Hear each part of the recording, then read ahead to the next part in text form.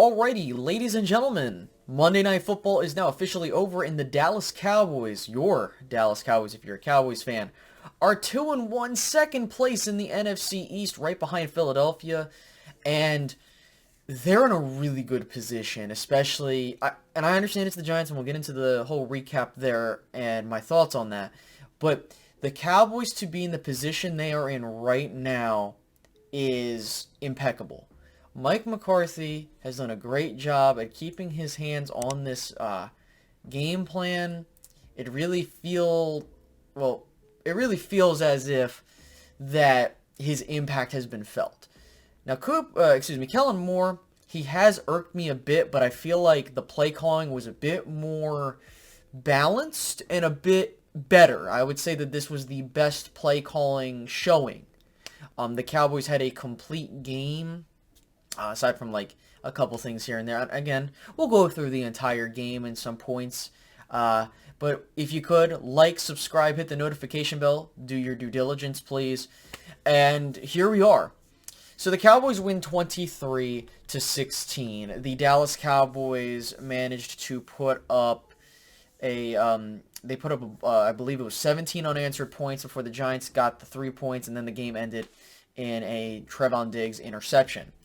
So first off, I'm just pulling up the team stats on here just to refresh my memory on a couple things. So, the Dallas Cowboys and the Giants, in terms of their first down stuff, the Cowboys had 23 first downs to the Giants' 22nd. And the key thing is that the Cowboys converted 5 of 13 third downs compared to the Giants' 3 of 11, and they converted a fourth down, a key fourth down, which is, we'll talk about Lamb and his impact on this game, and the Giants missed the fourth down. I believe that was the fourth down that nearly had Maher kick the 59-yard field goal. The Cowboys had now this is key here, 61 plays of offense and 391 yards of total offense. The Giants had 6 more plays and 366 total yards of offense. The Cowboys had actually 1 more total drive. Technically, they both had 10 drives. Passing wise, Cooper Rush outplayed Daniel Jones, which isn't really a shocker. He averaged 6.9 yards per pass, did not throw an interception, did not have a turnover, which is key, and he wasn't sacked once in this game. Meanwhile, Daniel Jones was sacked 5 times, okay? 3 of which coming from DeMarcus Lawrence, and I believe the other 2 coming from Dorrance Armstrong. Next, rushing. The Cowboys averaged 5.9 yards per game. A lot of the rushing stats for the Giants actually came from Daniel Jones, besides the big Saquon run, which really looked like, oh no, here the Cowboys are they don't have anything left in them. Now, the Cowboys got to the red zone 4 times. They converted twice. And the Cowboys had 8 penalties for 70 yards, matching the Giants' 8. But this really felt like a game where the Dallas Cowboys had a lot of penalties that should have been called in their favor, not called. And I know that, Space Cowboy, each team gets, but you could see the officiating was really shitty in this game. The Cowboys owned time of possession, which is fantastic, and that's a good thing right there. And you look at, I'm looking at these stats right here. So Cooper Rush, 21 for 31, 215, and a touchdown. A 98.2 passer rating. Daniel Jones, 20 for 37, 196, and an interception, sacked 5 times. Passer rating 57.9. So, to go over the quarterbacks, the Dallas Cowboys did exactly what I wanted them to do. Put the ball in Daniel Jones' hands and make him try to beat you. They did exactly that to near perfection. And yes, he was running around a lot. I mean, he had 79 yards rushing, which again, I'm not shocked by that. And Saquon was really being bottled up. It wasn't until that 36-yard rush for the touchdown that kind of felt like he was breaking the game open for the Giants. But with that being said, though, the Dallas Cowboys really did their job to keep him in check. And it really didn't feel like the Giants couldn't really get a solid drive going, or if they did, it wasn't completed. Pollard, 105 rushing yards on 13 carries. Zeke, 15 for 73. This is the best rushing performance the Cowboys have had. He had a 46-yard run, and Zeke had a 27-yard run. And what was really important, Jason Peters looked fantastic at left guard. I was skeptical on them playing him there at left guard, but I really think that that is the move. I think that Jason Peters upgrades you at that left guard position, and I think that's the play. You keep playing Tyler Smith. Now, Tyler Smith had some hiccups in this game, but he's a rookie. I get it. You're going to go through those growing pains, but otherwise, this offensive line did a great job protecting Cooper Rush. Receiving. I'm going to just tell you guys right now, as much as I was pissed, and I'm pretty sure all of us were at the drop that Lamb had, which would have been a touchdown, and we're sure led to 6 points, my game ball, I'm going to be real with you, it's going to CeeDee Lamb. Oh, Space Cowboy, heck, how can you do that with, Cooper Rush? CeeDee Lamb, on the most crucial drive of the game that gave the Cowboys the points to put this game out of reach pretty much, in my opinion, had 4 catches, one of which was a 4th down, and had an amazing one-handed catch to put the Cowboys up 13-20 at the time. He is the very reason on that drive for why the Cowboys were able to score, and he showed, hey, listen, this guy, he's got that number one in him. Here's the thing, does he have drop problems? Yes. That is a problem. But CeeDee Lamb, he showcased that he can be that guy. We just need to see that a little bit more consistently. And I'm hoping that we'll see that moving forward. But a game ball goes to CeeDee Lamb and him getting that catch for his first touchdown in a year. Noah Brown and Peyton Hendershot, specifically Peyton Hendershot, love seeing him on the field. I felt like he had a really solid debut in terms of him getting his catches, and then Noah Brown still doing his thing. Next, we go to the defensive side of the ball. Got to throw my flowers to Donovan Wilson. Yes, he had the boneheaded penalty, but when you go back and look at it, it really looked like he was just throwing him the ball. So I can understand why he was pissed, but hey, maybe you got to keep your heads up. 11 total tackles, 6 solo tackles. He had a tackle for a loss, and he had a very key sack and a pass deflection, and he got 2 QB hits. Donovan Wilson, great job, man. You're definitely, I know this. He plays very rough, and I don't want him getting full-time starting action because I know something could happen, but when Kurtz comes back, you need to get Wilson on the field. And next, we go to DeMarcus Lawrence, man, 3 sacks. He got hurt. I don't know the severity of the injury yet. They haven't disclosed it, but what a great game for DeMarcus Lawrence, man. He came out, set the tone, and he really was letting the Giants have it. And I got to give him his flowers there as well. Looking down the list, I just want to see it. So Dorrance Armstrong actually had 1 sack. I'm sorry. I thought he had 2 in this game. Listen, shout out to Dorrance. He's doing a great job, too. And Trevon, man. Good job sealing the game. He really... And even Turpin nearly had a kick 6. It was close. He had just one guy to miss, but he did a great job putting us in that field position to put the game away as well. But Trevon, man, great job getting your first interception. Should have had a pick 6, but it was us. And then Brett Maher, man, the only field goal he missed was a 49-yard field goal or a 59-yard field goal. He hit everything else.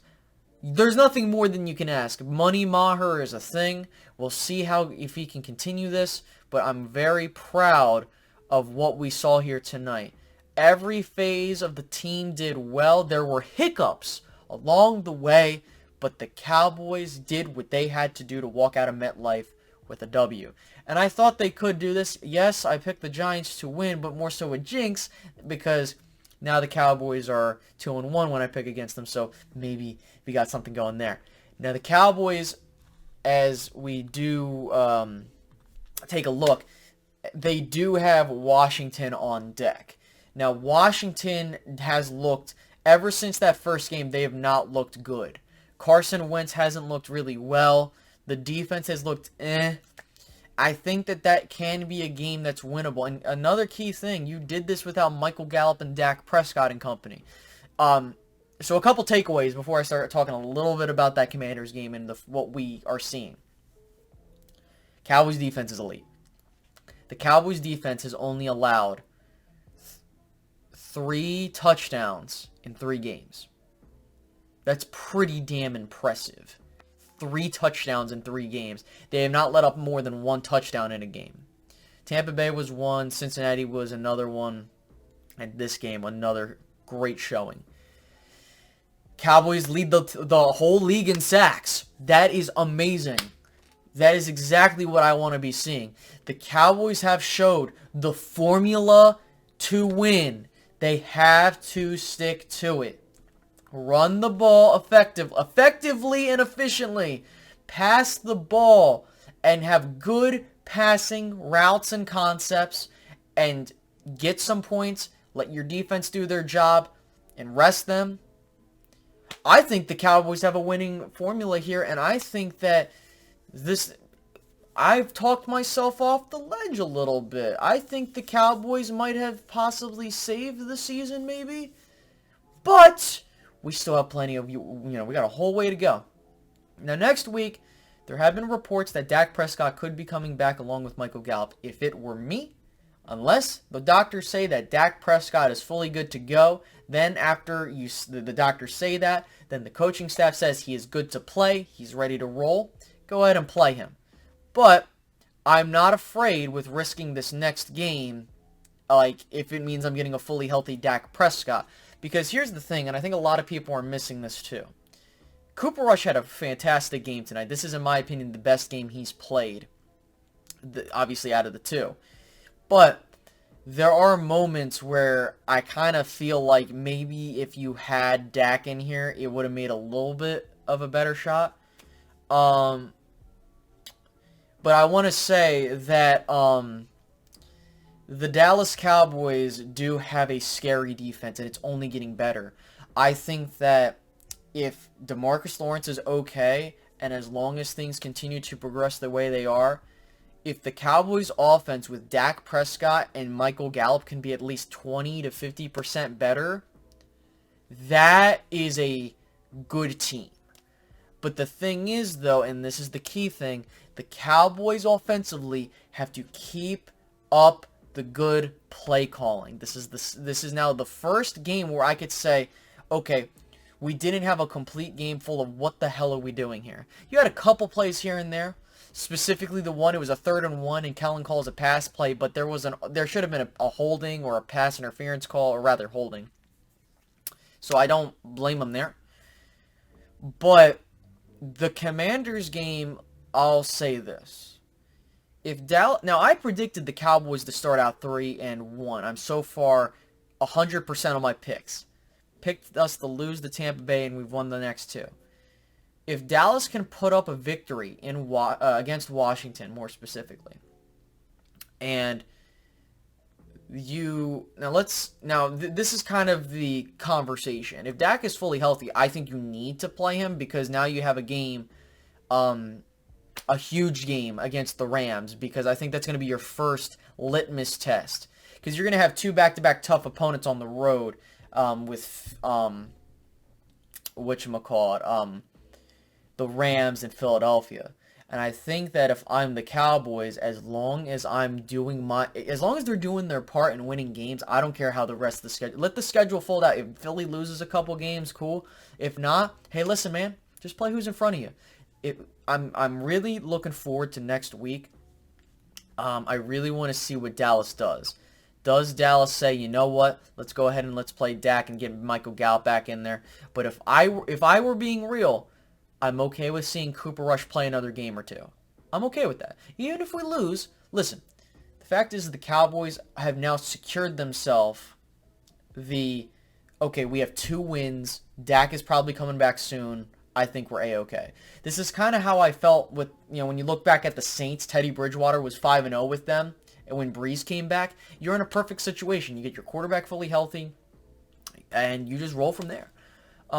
So the Cowboys are in really good position. They've kept the season afloat, but we got this Commanders game, and this is going to be a huge game. If Dak is coming back and Gallup is coming back, we can't get away with what's working. I don't care if Dak doesn't throw 5 I don't need him to do that. I just need this team to play effective football.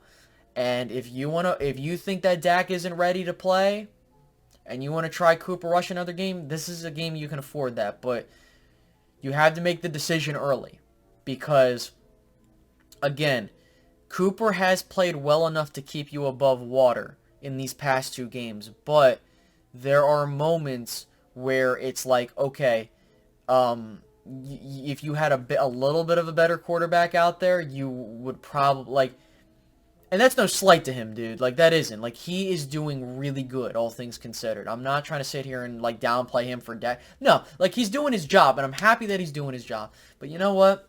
Let's see how things go. You know, I'm hoping, you know, my jinx is working, and, like, oh, I thought the season was over. Let's just keep it going, and I hope you guys stay safe. Again, make sure to like, comment, subscribe. 2-1.